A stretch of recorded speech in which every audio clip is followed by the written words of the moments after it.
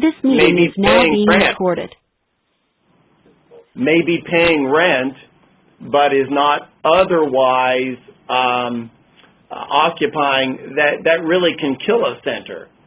And very often what we'll want to do is discuss with our borrower their rights if the tenant exercises its right to go dark, for them to find a replacement tenant that will be an actual user and occupant of the space while they're collecting the rent, because we don't want the rest of the center to die around the unused anchor. Similarly, with your credit tenants, with your ground lease tenants, with your anchor tenants, they will often have maybe a purchase option to buy their parcel. They'll have a right of first refusal or right of first offer to buy their parcel or their pad. They may also be able to negotiate the right to expand their space. All of these can have direct or indirect obligations or responsibilities for the lender, and we'll talk about how to deal with those in the SNDAs or other agreements that you have with the tenant. So those are kind of the things that we'll really be focusing on as we go through this. Up front, I want to talk about, with the type of loans that we're working on with you and that we see a lot with you. The property has already been constructed, and there may be re-tenanting issues, so there may be the construction of tenant improvements. Those tenant improvements can perhaps be paid for by the owner and the tenant reimburses a portion, or vice versa. The tenant has the obligations and then they make a partial reimbursement to the owner. Here's the point I want to make in this regard.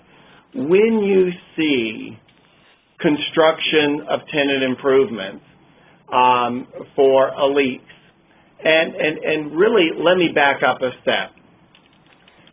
You should be looking at, and your loan documents that we have provided for you include the obligation of your borrower to not just provide you SNDAs and estoppels at the closing, but whenever they enter into any new lease during the term of the loan, you should be getting a copy of that lease.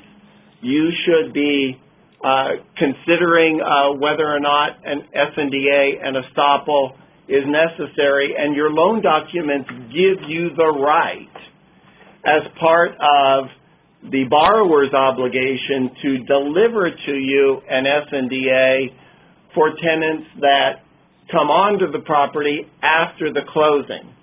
Because one of the things you'll hear me talk about over and over during this program is that the subordination of the lease is the least important aspect of an SNDA. We don't want, effectively, a subordinate lease in most cases, because what that means is if you foreclose, your tenant's lease is wiped out. And the practical effect, which we saw during the recent recession, is that if you don't have an SNDA with tenants that have signed leases after the closing, as soon as the lender forecloses, that tenant has all the leverage. They can go to the new landlord, which is the lender, and they can say, we want to renegotiate our lease. We want to pay 50% rent. We want all of these accommodations from you, and if not, well, our lease is wiped out and we're just going to walk and move someplace else. And that's why it's important to get the SNDA agreement, because the subordination is not the key key. The key is that ongoing privity relationship between the lender and the tenant, because in most instances, if you foreclose on the property, you're going to want to maintain the income for that property at the rate that you're expecting per the rent rolls that you've been receiving. And so that is a very important aspect. So in that regard, if there are construction obligations, you'll want to make sure, and again, your loan documents and your deed of trust provide for this, but you'll want to make sure that your owner, if there are tenant improvements, is taking the necessary steps to avoid mechanics liens, and that they're not imposing either direct or impliedly the legal obligation for the bank to finance any of those improvements, to have any responsibility for those improvements, and that's part of what you get with an SNDA. So we will negotiate out, for example, a provision from our Form SNDA that talks about any construction obligations if there are none. No reason to have it in there. But we put it in the form for those instances where there are tenant improvement obligations, or there are the right to expand or modify improvements down the road, because we want you to be able to manage that process to both avoid liens on your property and also avoid any obligations to fund, finance, or otherwise be involved with the construction of any of those improvements. The last thing I want to touch on, and I think everybody in your bank is very attuned to this, but very often you'll be loaning on a project which is subject to a development agreement with a redevelopment agency, and that development agreement may impose certain leasing obligations in order to receive favorable tax treatment or to be able to take advantage of partial funding from the city or the county to encourage the development. You'll want to pay attention to those because very often you'll want to identify if you need a subordination or some type of tri-party agreement with the redevelopment agency. When you have an apartment building, you may have fair housing or other type of provisions for below market rental that will run with the property. In other words, you'll inherit them when you foreclose, and so we'll at least want to make sure that we review those, understand those, and to the extent that, and we saw one recently, I think, with your bank, where it had a provision that if there was a foreclosure, that the below market rent provisions were no longer applicable.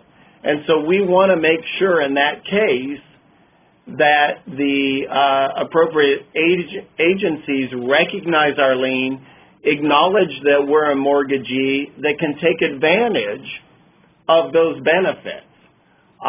Because in this case, you had to provide notice in order to be able to get those benefits, which can be substantial. In addition, you'll want to know under your lease if there are any obligations by the tenant to post a letter of credit, particularly if there's going to be a letter of credit for any type of improvements. And I put in here infrastructure improvements because we're seeing a lot of deals where for large big boxes like a Walmart or a Target or something substantial like that. In the case where there's going to be a letter of credit that's going to be posted, you'll want to make sure that the letter of credit is assignable, because if you have to step into your borrower's shoes, you want that letter of credit to run to your benefit. I'm going to put us on hold. Whoever has us on hold, you got some cool music, but could you take us off hold? Flavia? Joining the meeting.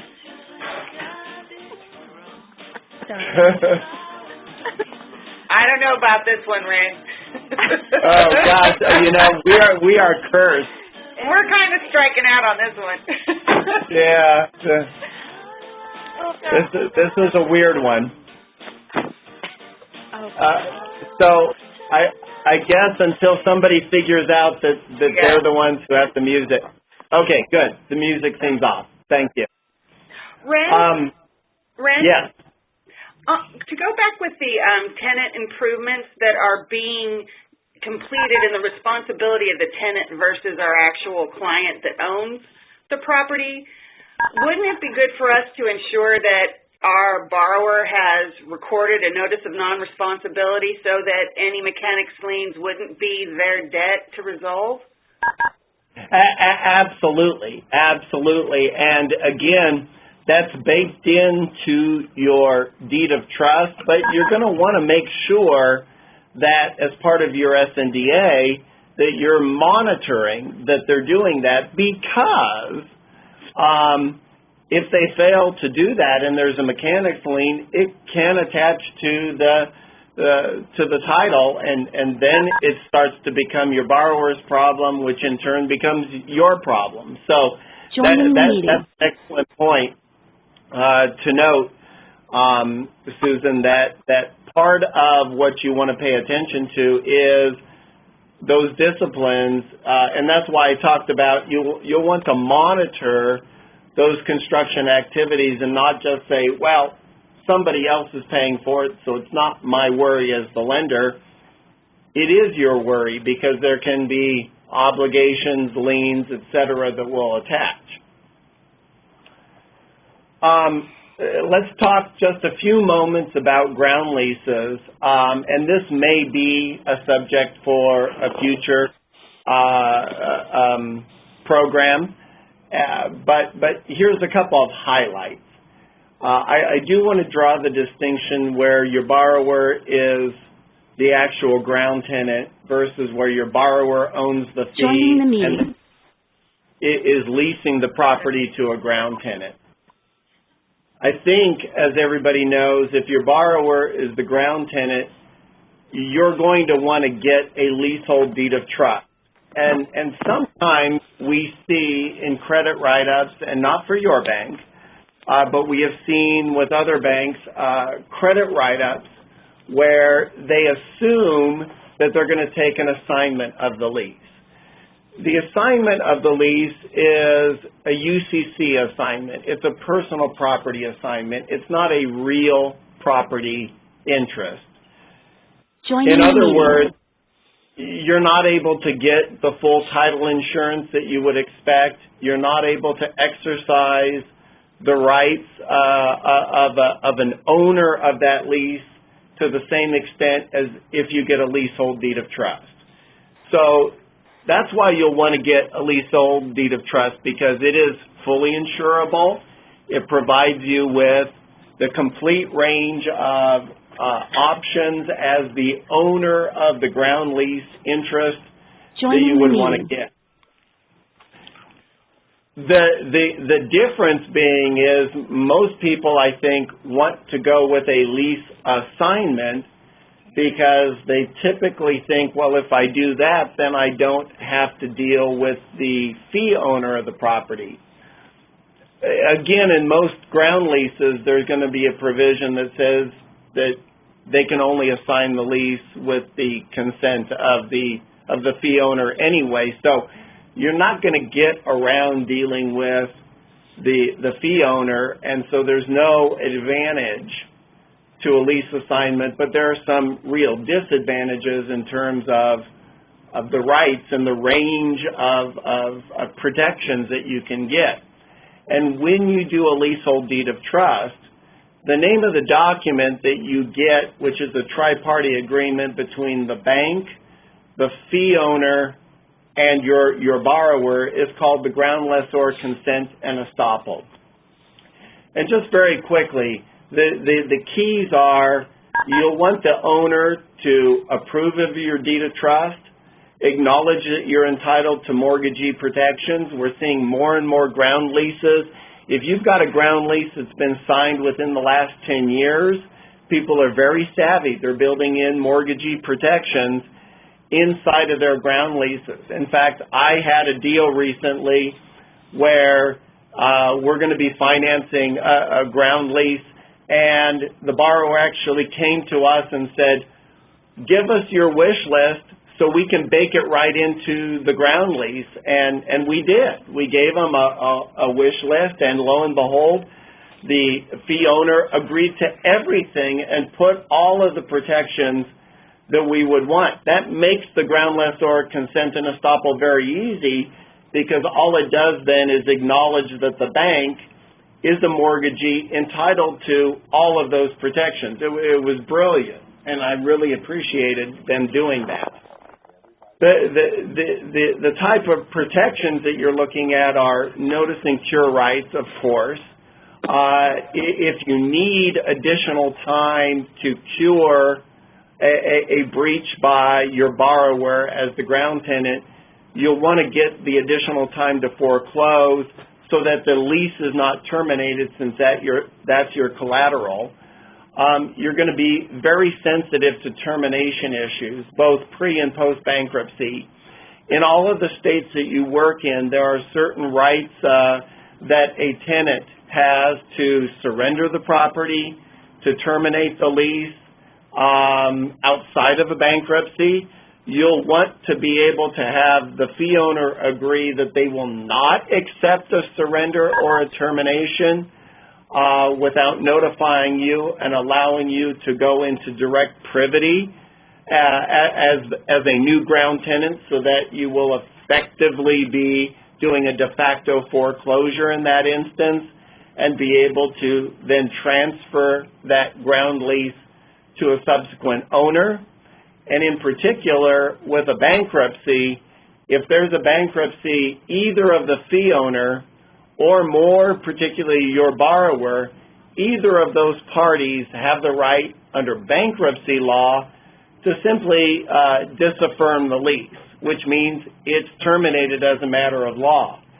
And in that instance, you'll want the owner to acknowledge that if that happens, because that's a right that cannot be waived by your borrower, if your borrower exercises that right as part of their bankruptcy, that, again, your owner will enter into a new lease directly with you, the bank, so that you can then go forward and sell that ground lease interest to a subsequent user and owner. So it's very important in a ground lease situation to protect yourself against termination, because there are state laws and there are bankruptcy laws which can literally extinguish your collateral without any involvement, and you want to get your owner on board to provide you with necessary protections. In addition, you'll want to understand, is there already a mortgage on the fee interest? If there isn't, and in many cases there is not because the property's been in a family's hands for many years, you'll want the ability to either prohibit them from mortgaging the fee, or more likely what we're seeing is if they enter into a mortgage on the fee interest, they will agree with you as the lender on the leasehold that the fee lender will acknowledge and agree to your consent and estoppel, so that if the fee lender forecloses, they are going to be subject to the same protections that you've negotiated with the prior fee owner. And that's very important to make sure that you cover in your ground lease document. Switching, if your borrower owns the property and is going to be ground leasing Joining the it, meeting. there are two ways to go. One is you can get an SNDA and kind of try to make it more muscular to address some of the ground lease issues that I'll talk about. But really the trend, and we're trying to lead that trend because we found a lot of success doing this, is to really use, instead of an SNDA, what is known as an ARNDA or ARNDA, which is an assignment, recognition, non-disturbance, and attornment agreement. Because this really, for a ground lease, creates more of a complete relationship between the bank and the ground tenant, which goes beyond what you typically see in an SNDA, because you really want to protect certain rights and you really want to articulate certain protections, because ground leases very often contain provisions that a normal commercial lease would not have. So you'll have in an ARNDA the standard SNDA provisions, but a ground tenant usually has the obligation to pay taxes, to insure the property, to make sure that the property is lien-free from any construction or maintenance. In other words, they are given pretty broad quasi-ownership rights in the ground lease property and the improvements that they will own. And an ARNDA makes it very clear as to if the lender ends up owning the fee title, what the relationship will be and the continuation of these obligations and the exculpation of the bank from having to assume any tax or insurance, construction, or other obligations. And that goes beyond what you'd normally see in an SNDA. In addition, just as we talked about with the ground lease where your borrower is the ground tenant, you'll want to put in your bankruptcy and your other termination protections in this document, which will be similar to the consent and estoppel that we talked about. So the better document and the one that is more readily agreed to by parties is really the ARNDA when you have a ground lease, even though your borrower is the fee owner. And I think in the past what we did is we really tried to shoehorn these extra provisions into an SNDA, and we're finding much greater receptiveness by ground tenants to going to this ARNDA approach because they feel more secure in their ground lease arrangement, both pre and post foreclosure, and it protects you as the bank from not assuming liabilities that you don't intend during your period of ownership, and it also allows you to exercise rights to transfer the property and be released from liability and all of the typical protections that you'd expect. So it is really, I think, a more refined approach, and I would suggest that whenever you have a significant ground lease for a project, that we should be talking about an ARNDA instead of just a beefed up SNDA.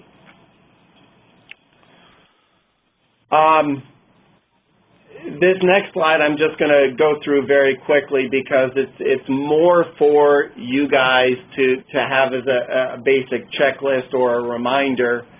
But again, let me just make one real key point. For commercial lease, you have an SNDA, which stands for subordination, non-disturbance, and attornment. The subordination works as follows.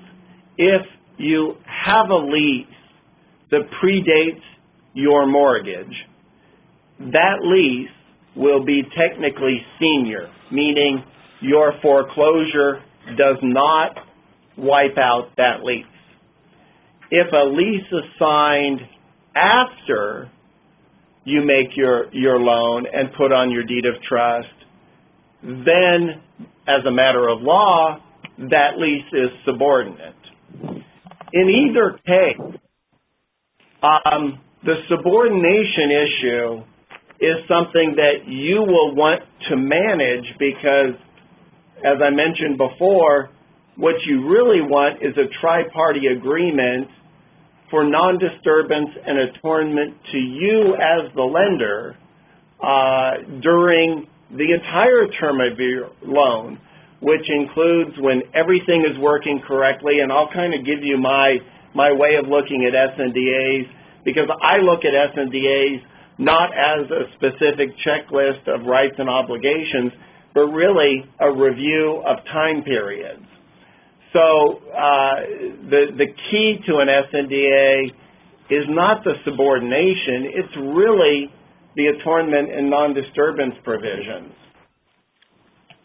So with that in mind, what I want people to think of when they see an SNDA is I want them to look at the SNDA as addressing three separate relationships between the lender and the tenant. One is the pre-default relationship, meaning any default under either the lease or the loan. Next will be the post-default relationship. So there's been a default under the lease or default under the loan. Who has what rights in those instances vis-a-vis the tenant and the lender? And finally, what happens if the lender ends up foreclosing or taking a deed in lieu and ends up owning the property? That is going to create a relationship between you and the tenant. You do not want to rely on the law to fill in the blanks, because you will essentially be stepping into a whole host of obligations that as a lender you are not anticipating taking on. So that is why we get an SNDA, so that we can manage those rights and obligations for each of these three relationships. In the pre-default relationship, some of the key aspects are you do not want to permit any assignment or subleasing beyond the lease terms which you've reviewed and approved. So if they're going to go outside of the lease terms and they want to assign or sublease, that's something that both your borrower and your tenant are agreeing that the lender has a say in. In addition, you want to make it very clear in the pre-default situation that you as the lender have a real property interest vis-a-vis your deed of trust, but you do not have any obligations until you are deemed to expressly assume those obligations when you take ownership. And finally, you'll want to address the obligations for insurance and how proceeds are applied. Now, I'm going to talk about this a little bit later, but let's just get this on the table. Certainly in California, the rule is that regardless of what your deed of trust says, in the case of any casualty, no matter how big or how small, the proceeds of insurance do not go to the lender to be used as the lender deems appropriate. The proceeds of the insurance go for the restoration of the property. And there's a line of cases that apply that both for condemnation and for casualty. So certainly in California, you want to be aware, and I have seen some case law which is starting to suggest that Oregon and Washington are moving in that direction also, that the most important thing is insurance or condemnation proceeds should be preserving the collateral, not paying off the loan. And quite frankly, the justification for that is a macro economic justification, meaning it's better to have a constructed operational property than maybe a loan that's paid off, but then a damaged, blighted property as part of a community. So courts are fashioning this right, even though it's not statutory, they're fashioning this right so that they can protect communities at the expense of lenders. So your SNDA should talk about how you manage the application of those proceeds, but you should know that you're likely not going to be able to just seize them and use them to pay off your loan. The next relationship that your SNDA covers is the post-default relationship, either on the lease or the loan.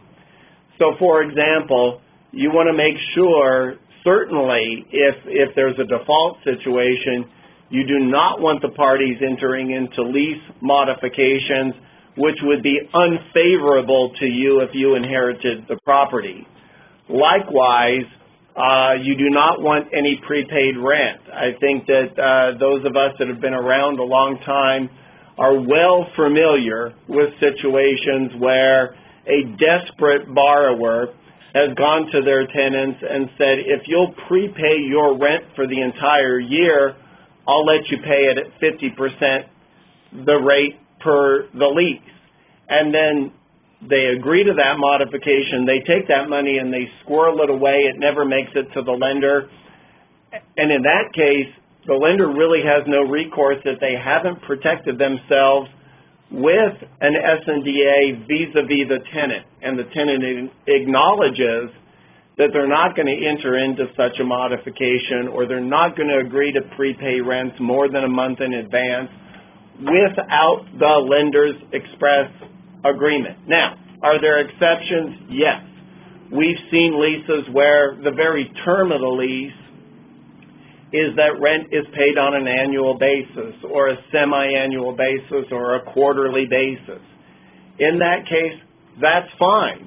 We can acknowledge that in the SNDA and then have the parties agree that they will not alter those lease payment obligations by a modification or amendment to the lease so as to disadvantage the lender in the way we've talked about.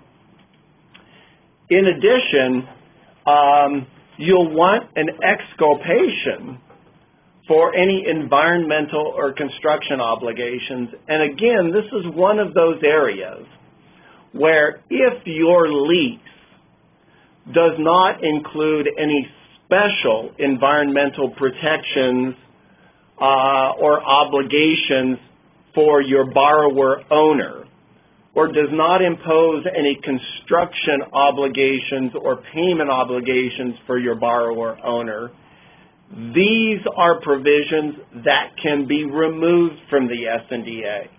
They're put in the form to remind everybody to look for these obligations, but if it's not applicable, you can remove it. And so we try to always be very practical in the way we look at these situations, because we don't think it's necessary to include a provision if it simply doesn't apply to the actual relationship. And finally, you'll want your notice and cure rights as a lender to preserve the lease if you decide that's in your best interest, and your loan documents certainly allow you to make protective advances on the debt so that you can cure any lease defaults and preserve the tenant relationships, particularly while you're exercising any remedies that you may have. Finally, the SNDA will deal with your post-foreclosure or post-deed in lieu relationship. And these are really, really important. Hey, Ren. You want to make sure. Hello? Hey, Ren, it's Greg. Can I Yeah. just interject one thing? So we do keep talking about SNDA, but do we want to make the distinction that our estoppel also has NDA language, and that we're getting pretty much these protections even if we don't use an SNDA and we just use our super estoppel? Is that a fair statement, or do you want to just kind of fold that into the conversation? Well, I think this is a good point. I was going to address it a little bit later. Let's address it now. We've created for you a variety of forms. One is an SNDA, which includes estoppel language, so that you can have a one-size-fits-all document. And we've also created what Greg referred to as your super estoppel, and that is an estoppel that includes all of these non-disturbance and attornment provisions. I want to really emphasize a point, and that is you do not need to record an SNDA in order to make it a binding document. Now, you need to record it if you want to give notice. And so if you have a memo of lease recorded on the property, you'll want to record an SNDA to show that that lease is subject to an SNDA as a matter of record title. But most leases do not have a recorded memo of lease. And so a super estoppel, which includes the estoppel language plus the non-disturbance and attornment language, is perfectly acceptable because there's no magic to recording your SNDA. It does not make the document more enforceable or less enforceable. It simply gives notice to the outside world. So that's why we've created a variety of options for you. Now, a lot of tenants simply are more comfortable with having a separate estoppel where they give you all the factual information and an SNDA where they agree to the tri-party relationship. That's perfectly fine, and in fact, a lot of your credit tenants will have forms of estoppels and SNDAs which they prefer to start from. If you find that to be the case, we are always happy to look at those forms that you're given, because my personal opinion is it's not worth your time and energy to get into a battle of the forms. I have yet to run into a situation where we have not been able to get the basic protections we're talking about put into an SNDA or an estoppel if it comes from the credit tenant.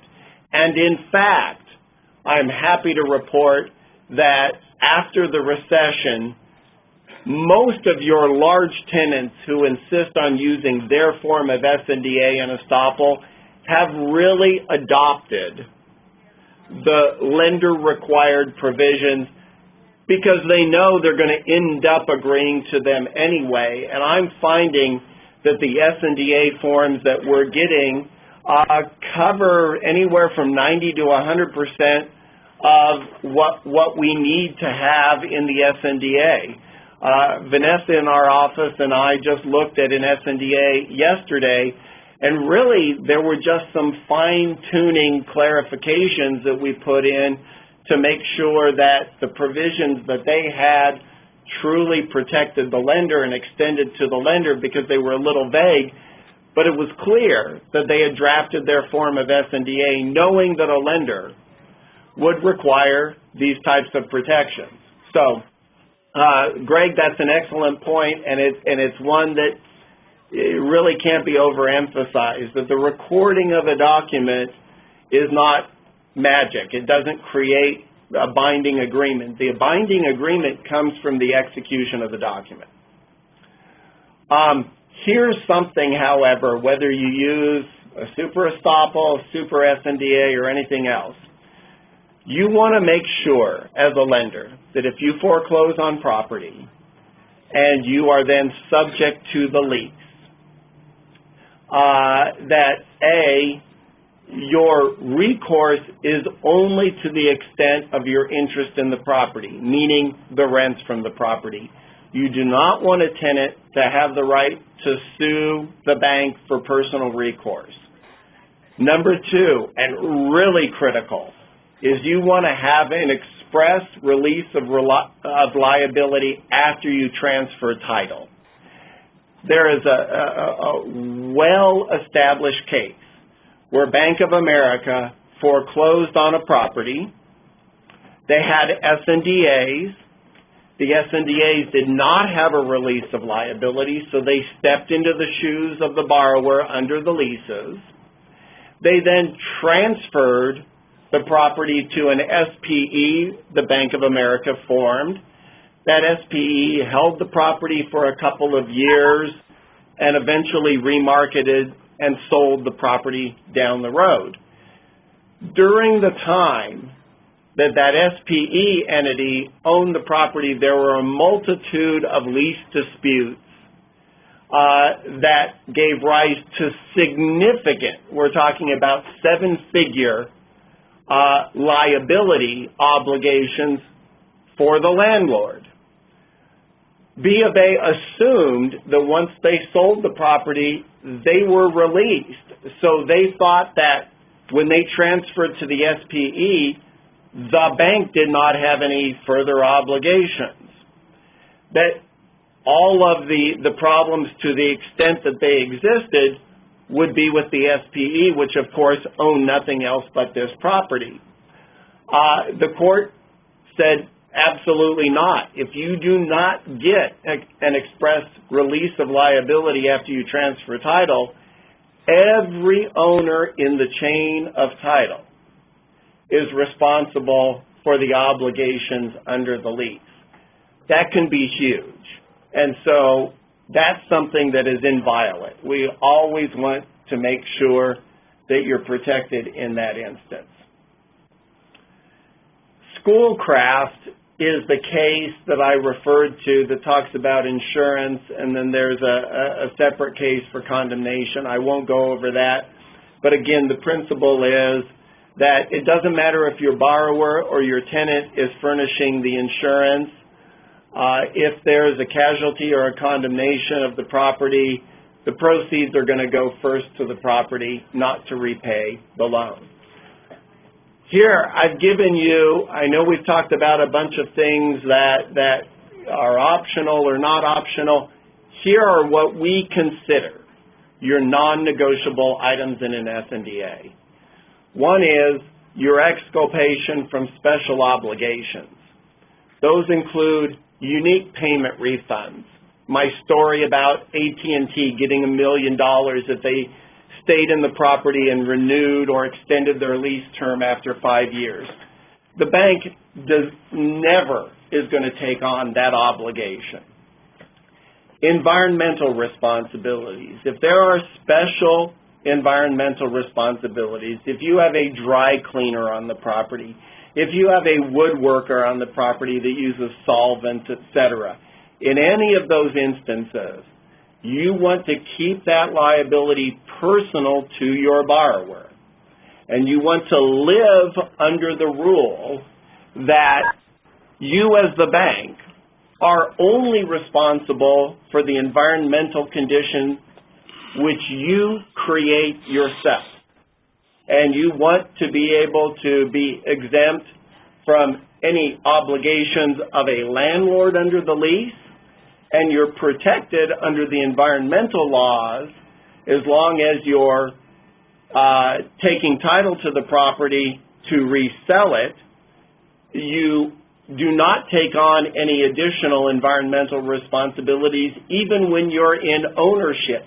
You have to protect those rights. And then if there are construction or expansion obligations, you certainly want to have an exculpation provision.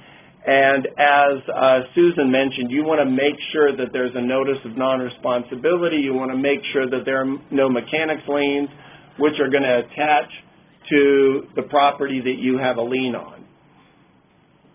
In addition, if there's an option to purchase, or a right of first offer, you want to make sure that your tenant agrees on two things. One is, if they exercise that, the loan is going to be due and payable, and so the price should be at or above the loan balance, because otherwise you will not consent to the transfer of title.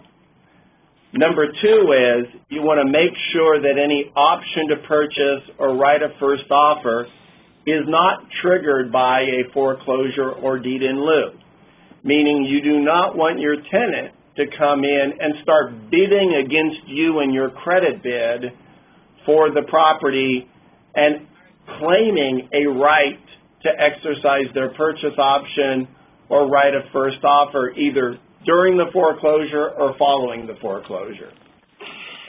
And finally, the last non-negotiable issue is that termination of your liability once you've transferred title after the foreclosure.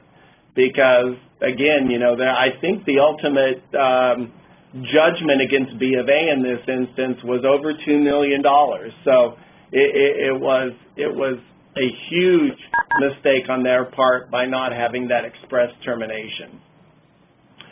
I'm not going to cover receivership issues right now or what happens once you acquire the property. Maybe we can do that in the future. I want to be true to our time limit. So, and I want to give you some chance to ask questions. So some final thoughts. Certainly when you're lending on a commercial property, understanding your leases, being able to have relationships directly with the tenants under the leases are going to be the key to your success or failure of the project. And here's one thing I do want to say to everybody. When you are looking at a property to loan on, and let's say it's an acquisition by your borrower, you will want to insist that you get an estoppel from every tenant. Now, you may have guidelines as to when you get an SNDA or when you don't. Certainly you get an SNDA for recorded leases. You get SNDA from credit tenants. You get SNDAs if your tenants have a sizable portion of the property, whether that's 10% or 15% of the property. Those are the type of situations where I know that you routinely require, from an underwriting perspective, an SNDA. But the point is that even if you're not getting an SNDA, you absolutely want to get an estoppel. And it's advisable that you send out a form of estoppel and let the tenant fill it out themselves. And I'll give you just one good example of why that is helpful. We represented a bank that was going to make an acquisition loan. The seller of the property gave a rent roll, and they gave copies of leases to the purchaser, our prospective borrower. Those were passed on to the bank. We looked at them. They certainly supported a loan on the property at a 75% LTV and at I think it was a 1.35 debt coverage ratio. So on paper, everything looked really good. We then sent out right away estoppels for the tenants to fill out. And every single tenant told us something different than what the rent roll and the leases that had been provided by the seller contained. There were free rent concessions, there were prepaid rent, there were leases that had lapsed and were month to month, there were leases that were in default or large offsets being taken by the tenant because of lack of maintenance by the prior owner. When you looked at these estoppels, you no longer had a 75% LTV loan. You no longer had a 1.35 debt coverage ratio. You had a severely damaged property. The borrower was being defrauded. How was that discovered? By the lender getting estoppel. So your estoppels, I always tell people there's no right or wrong answer to an estoppel. There's only the truth, and that's what you want to get. Now, if you're filling out the estoppel and your tenant reviews it and signs it, that's fine. They're going to be bound to it. But I think you can make your life easier, and I think that you can certainly tease out the truth more accurately, because a lot of these estoppels just kind of go through the system and are signed off on, and then later, the tenant will try to disclaim any notice or understanding of the estoppel. It helps you to have the tenant go ahead and fill out the form of estoppel. Is it required? No. Is it necessary to be legally binding? No. Does it help you, and is it a good practice? It would be our advice that, yes, you should just send out your form of estoppel and let's see what comes back. Because certainly if our borrower had filled out those estoppels based on the information they got, or if, heaven forbid, the seller filled them out and got their tenants to sign them without the tenants understanding the magnitude of what was going on, then both the borrower and the bank would have been defrauded in making that loan. So always get tenant estoppels, no matter how big or how small the tenants are, and then you can decide whether or not you're going to get an SNDA or use a super estoppel or one of those kind of documents. We've talked about the ARNDA and the SNDA, the distinction between the two. I've given you my list of non-negotiable items. If you ever have a question, even if we're not working on it, my understanding with Cheryl, Susan, and Greg is, if you guys zip me an email and ask me a question, I'm going to answer it, and I'll never charge you for a quick question and a quick answer. I do that because I want to make sure you're protected. I do that because I want to encourage you to ask those kinds of questions. Now, if I come back and I say this is a problem, we should negotiate a provision, then you can decide whether or not you want to engage us to do that. But to answer a question for you, I will never open a file. I will never charge you for that, because I really, in this area in particular, I want to encourage you to reach out to us, because very often a quick question and a quick answer can make the difference between having a very sound document and having a document that maybe has a few holes in it that you would rather not have. And the last thing that I just want to emphasize when you think about the importance of an SNDA or an ARNDA in a ground lease situation is these agreements survive your foreclosure, and they control your relationship with that tenant until the bank is able to market and sell the property and be done with the entire collateral. So I do want to make sure that you look at these documents as being important, not just for the closing of the loan. And this is why I say you'll want to take advantage of your loan document provisions, which require your borrower to give you an SNDA whenever they sign up a new tenant, even during the lease term.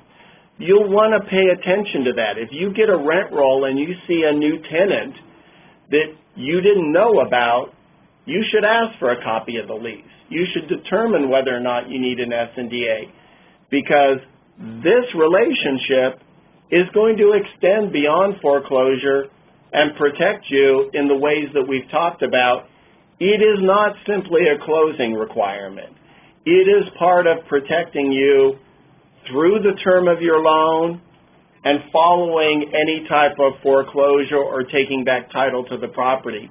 And so it is an important document to protect you in all three of those relationships whenever they rise. So I know that a lot of people think of SNDAs and estoppels as closing requirements. I do want to emphasize, because they control the relationship beyond the grave, as it were, that there is real significance to them. I know we got off to a bumpy start. I know that we had a couple of stops and starts. I apologize for the technical difficulties. I've gone 15 minutes over. I don't want to abuse your good graces in granting us this time, but I do want to open it up to any questions and be able to address any issues that you're routinely seeing or any problems that you have a concern about, so that we can share it with the group.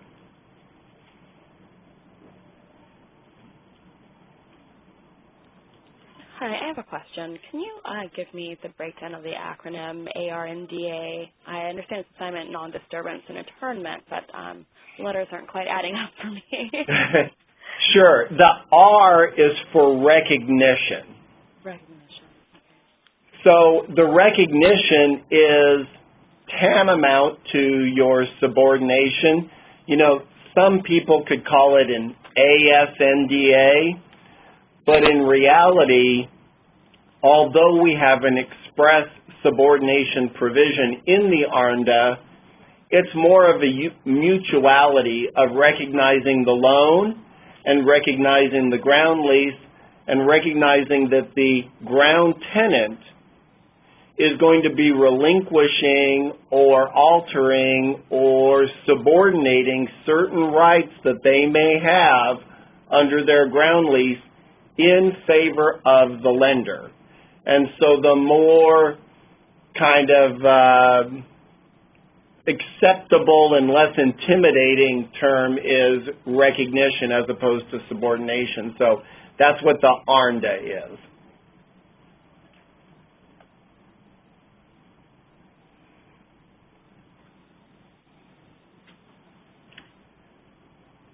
Well, I thank everybody, particularly for your patience as we got rolling here at the beginning. I will say that if you do have a question that you don't want to raise before the group because it's very specific to you or a situation you're looking at, I want to reemphasize, give me a call. Let me answer the question and help you out, or send me an email. I'm always happy to help. On these slides, as you'll notice, I've given you both my email address and phone number as well as Jim Kousalis's. Either of us are always happy to answer a question and make sure that you understand what you're getting and that you're protected. And that's most important to us in our relationship, and so we'll always do that. Greg, Susan, Cheryl, I guess that's it. Thank you, Ren. Thanks, Ren. Thank you. Thank you. I appreciate everybody, and I look forward to the next one that we do. Thanks, buddy. Bye-bye. Have a good day.